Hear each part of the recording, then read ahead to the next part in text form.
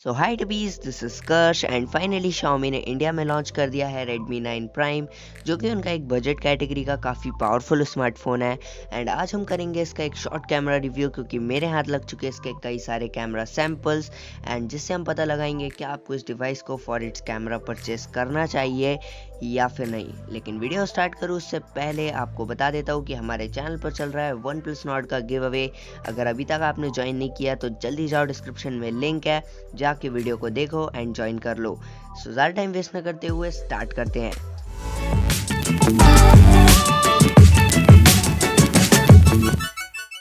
So first of all हमें देखने मिलता है एक आउटडोर लाइटिंग कंडीशन वाला डे लाइट पोर्ट्रेट, और इस फोटोग्राफ से मैं लिटरली इम्प्रेस्ड हूँ, क्योंकि मुझे काफ़ी ज़्यादा बढ़िया लगा इसका skin tone and blur adjustment.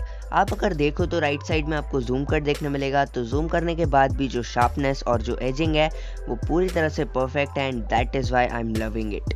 अब नेक्स्ट ये है एक आर्टिफिशियल लाइटिंग कंडीशन वाला शॉट, और इस फोटोग्राफ में मुझे जो कलर्स हैं वो काफ़ी ज़्यादा कूल लग रहे हैं, क्योंकि आप देख सकते हो कहीं पर भी हमें ओवर पंच या ओवर टिंट देखने नहीं मिलता, और फोटोग्राफ एकदम सेटल सी आई है, जो कि बहुत ज़्यादा बढ़िया लग रही है देखने में at its first look.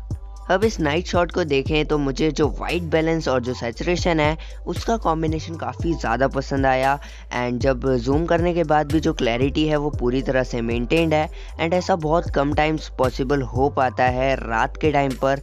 And this is a budget centric device, तो मैं इस पर ज़्यादा फोकस नहीं कर सकता, but this is a perfect shot. वहीं लोग कहते हैं कि मैक्रो सेंसर इतना ज़्यादा काम का नहीं होता, बट इस शॉट को जब आप देखोगे तो आपको लगेगा कि नहीं, मैक्रो सेंसर भी बहुत ज़्यादा काम की चीज़ है, क्योंकि इस शॉट को मैक्रो में लिया गया है, एंड जो बोके है यार वो लिटरली बहुत ज़्यादा कूल लग रहा है, और मुझे काफ़ी ज़्यादा पसंद आया ये शॉट ओवरऑल अगर देखा जाए तो। अब आर्टिफिशियल लाइटिंग कंडीशन में कैप्चर हुए इस शॉट को देखकर मुझे एक चीज़ तो पता लगी गई कि अगर आपके पास ठीक ठाक लाइटिंग हो तो आप नॉर्मल डिवाइस से भी काफ़ी अच्छी फ़ोटोज़ को प्रोड्यूस कर सकते हो, एंड कलर कॉम्बिनेशंस भी आपको थोड़े थोड़े नेचुरली देखने मिलेंगे। ओवरऑल जो कमी रह जाएगी वो है ब्लर एडजस्टमेंट, एंड जो इस शॉट के साथ ऑब्वियसली आप नोटिस कर सकते हो।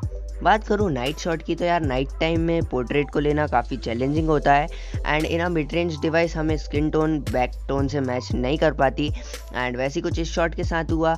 लेकिन मैं ओवरऑल कहूँगा कि यार कोशिश अच्छी थी, थोड़ा सा और अच्छे से अगर फोटोग्राफ को कैप्चर किया जाता तो क्या पता फ़ोटो और अच्छा निकल कर आ जाता। आपकी क्या राय है मुझे बताना ज़रूर नीचे कमेंट सेक्शन में, एंड अगर आपने अभी तक ज्वाइन नहीं किया है हमारे चैनल पर OnePlus Nord का गिव अवे, तो जल्दी जाओ, डिस्क्रिप्शन बॉक्स में लिंक है, जाके ज्वाइन कर लो। मैं आपसे मिलता हूँ नेक्स्ट वीडियो में। जय हिंद, वंदे मातरम।